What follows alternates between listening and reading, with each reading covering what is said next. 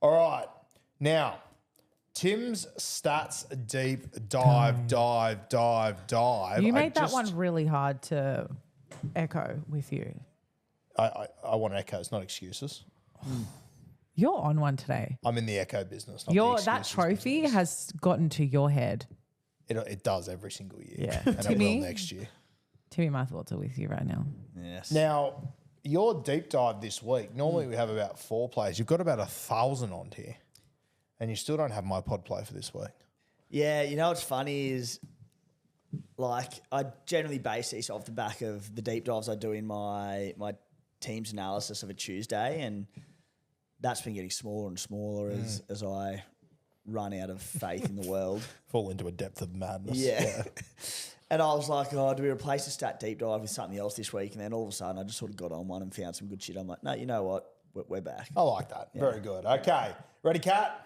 Let's do it. Tim's stats deep dive. Herbie Farnworth, player of the week. The menu log, hungriest player of the week. My man was starving last week, Herbie. Wayne moved him to right centre. No worries. I'll just go out there and absolutely fist the Broncos. Talk to me about Herbie. Takes on the Newcastle Knights this week. Just the one that, probably more of a throw forward to 2025, this one, mate, but just the one that got away. And congratulations to anyone who jumped on, but he's always been a very good CT dub with really strong base, but has never really had the upside. But conversations going into round 1 next year, we've just got to completely rethink. He's gone into that elite tier. Do you know what he's averaging this season? I don't. I'm about to click on his name, but I won't. Would you guess? I would guess. What did he score on the weekend? 175? Yeah. Okay. I reckon he's averaging 68. 74. Wow, that's good. I know. So he's averaging 74 with 35 in base. He hasn't scored under 40 all season. Shit. That was back in round 5 against, of all teams, the Tigers. He missed 4 games straight after that, so he may have even been injured in that game. But yeah, that was back in round 5. He's just hard to argue that he hasn't entered the elite tier of CT dubs with scores like that and an average like that. You know what? Before I looked at the stats and you started talking, I was about to say I think we're hyping up one huge score too much, but we're not. Consistently very good. Unbelievable, yeah. I like it. I think the talking point next year, though, mate, will be obviously the Dolphins without Wayne. Yeah. Will be an interesting conversation. But numbers are numbers. Herbie's doing tremendous things. Okay, let's have a look at our next man, Cam Munster. Your mate. And I'll tell you what, I have not been scared of Cam Munster at any point this season, especially when you've owned him. I've thought, that's all right, that's sweet. This weekend is a little bit scary, but I do always remind myself, Cam Munster, when they tend to whitewash sides, sometimes you can take a bit of a backwards seat. What are you thinking this week?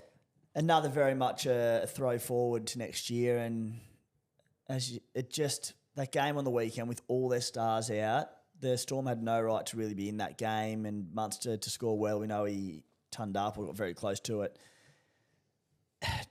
Just moving into next year, he'll probably be at a decent price because he hasn't scored that well this year, and people will be tempted by him.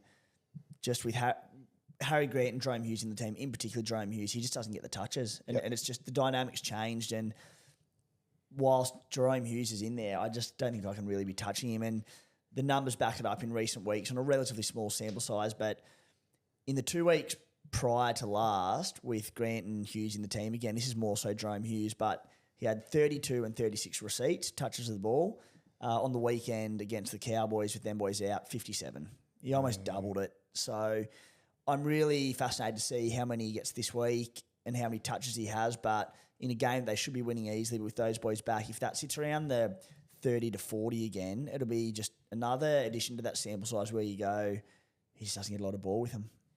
Do you feel like, and the numbers might prove me wrong or whatever, I'm just going off vibe, I even feel like I thought Hughesy was absolutely killing it and it was just him on his own. Like, I tend to be less keen on Hughes. This week is the exception because I think the matchup's so good, but I tend to be less keen on Hughes when he's got Munster with him as well. Definitely. And look, there was really good, I think Munster came back roughly around 2021.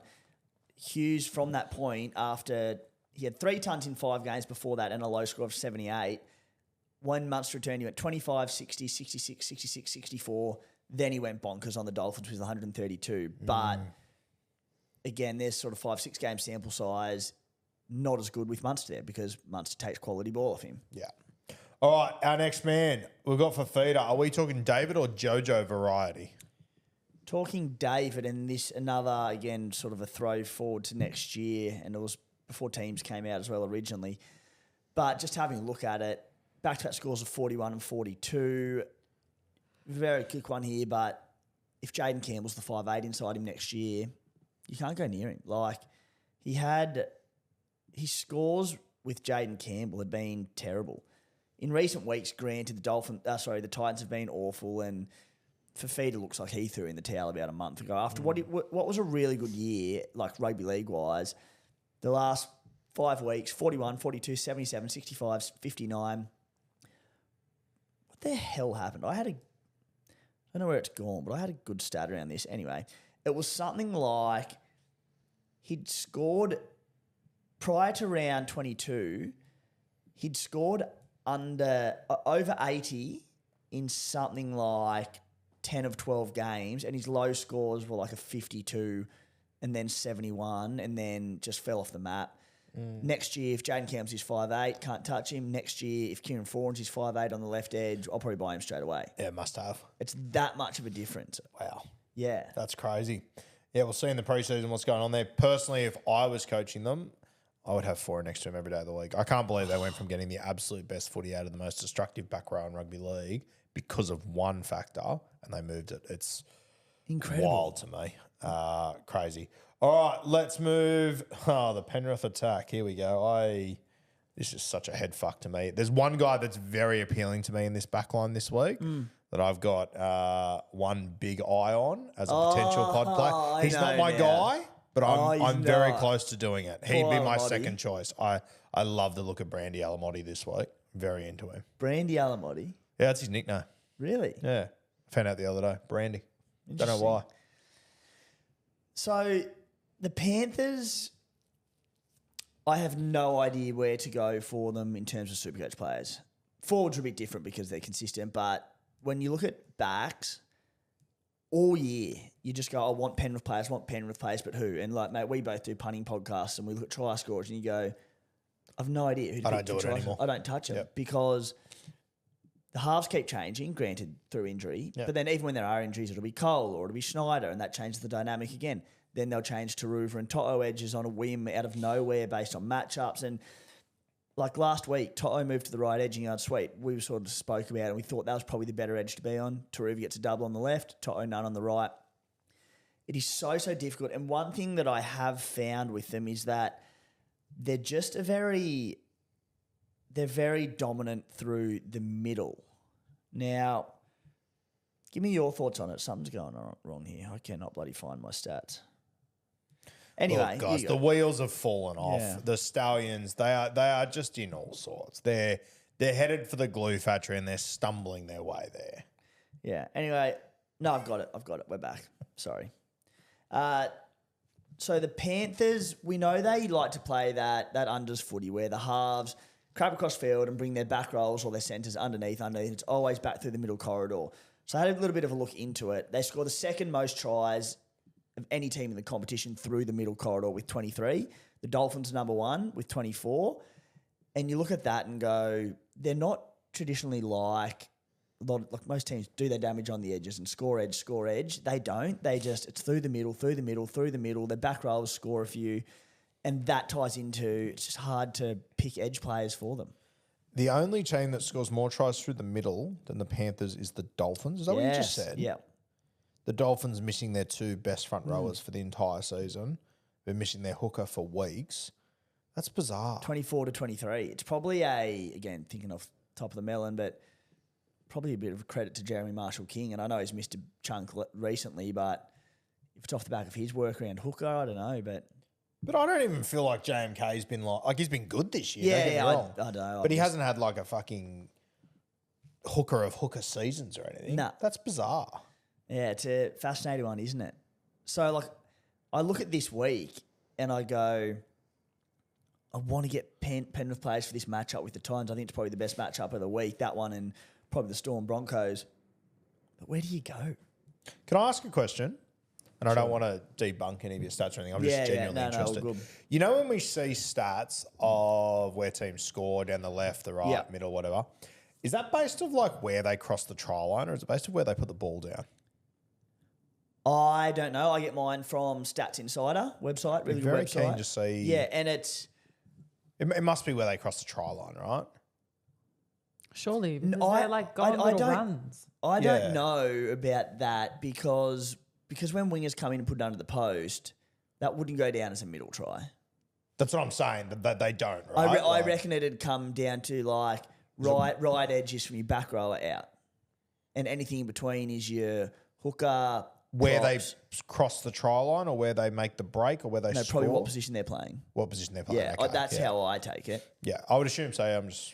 Yeah, it would, because when a winger runs in under the post, that's not a try through the middle corridor. Interesting. I'd like to know exactly how they do it, if it's just the position or where the break is made question. Or where they cross. It's cool. All right. Where were we? Penrith attack. Oh, Micah Sivo. 3 tries on the weekend. Looked dynamic. Good little matchup this weekend against the West Tigers. Is he back? He never left. He never left. I mean, he did. He went to New South Wales Cup. But yeah, I tell you what, I watched him at Wentworth Park one day, and respectfully to Sivo, he looked like a guy who couldn't give less fucks to me that day, and the way he's come back has been incredible. Super pod play for the final game of the season. Comes up against the Tigers. He scored 15 tries in 10 games this year, 135 points on the weekend against the Dragons. He comes up against that Tigers edge defence. So that Tigers edge on the right is the equal second worst defensive edge in the competition, having conceded 50 tries this year. That is in line with the Rabbitohs left edge. Only Parramatta's left edge have conceded more, funnily enough, that Sivo's on with 52. So load up on those edges. Hectic. Yeah, it's great, so isn't good. it? It's poetic. Mate, Sivo, he could score another 3 this week. Yeah. I'll tell you, I love Blaze this week too. Yes, yeah. I think he'll do well. All right, our last one, and one of the biggest talking points of this week, a guy that you're very keen on. I seriously considered him. Sua Fa'alongo, one of the great CBAs of 2024. My guy's looking good. Yes. So this ties into my trades, and I'm looking at getting Sua Fa'alongo into my team. A little bit of an underwhelming average when I had a look at games at fullback this season, averaging 62.5. Not bad, but not probably as good as you'd hoped. And I owned him through that period when he was starting, and he did a really solid job for me and had some good scores and whatnot. And I spoke about it last night. I really do think it comes down to that he doesn't get a lot of easy try assists like the best fullbacks do, because his timing is just a little bit off as he learns the game and learns the role. When he does those sweeping plays out the back, and you know, he's as good as anyone at turning a 3-on-3 onto a 3-on-2 because of his footwork and his speed. Yep. But like, I think of like a Clint Gutherson type character, even like maybe Dylan Edwards, who when they sweep and do this, they get such easy try assists because their timing is perfect, their ball playing is perfect. Whereas Sua, he's a very ball running dominant fullback at the moment. He'll learn the craft of ball playing, but it's not quite there yet. Nonetheless, I just think with this matchup with the Broncos, like we spoke about before, I think it's made for him. I don't think ball playing will come into it that much because he'll have that much space. I think there'll be a lot of line breaks. He'll be there in support a lot of the time. So I really like Sua, and I'm looking at bringing him into my team for Casey McLean. We spoke about it pre-show, Timbo, about how, you know, he's sort of getting his timing right and even just where he's meant to stand and all that sort of stuff. And for me, mate, I would assume that would have something to do with him coming all the way through the Melbourne system.